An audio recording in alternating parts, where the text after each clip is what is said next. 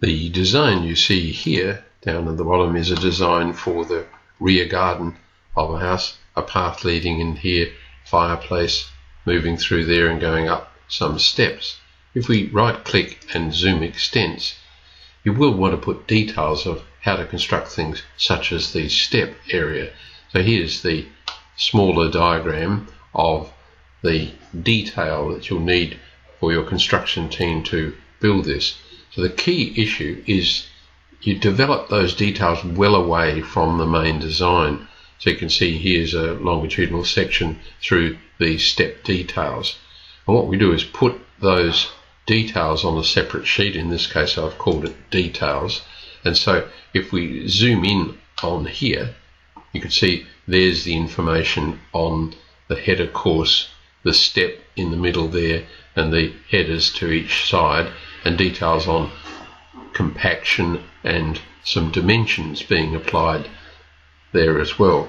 It's often not a good idea to put leaders across headers, but you might well move some of those dimension information over on this side so that you don't get that rather ugly look.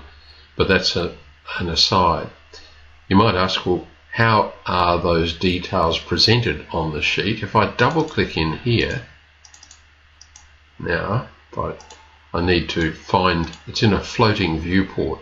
So now what I'll do is activate that viewport. Can you see that the magenta box now sits just around the detail that I'm displaying on that layout sheet? So I can adjust things. You can see it's being cropped a little bit there, so I need to make it just a little bit bigger so that all the text goes in and I can move things around.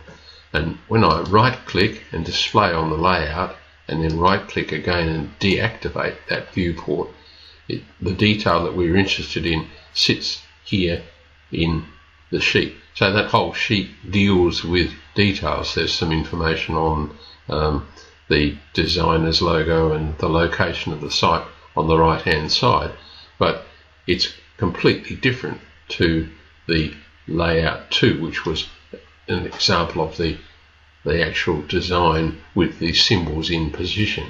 So you put your details on a separate sheet, and the carefully dimensioned and full size information that is in the model here is then displayed in one of those floating viewports.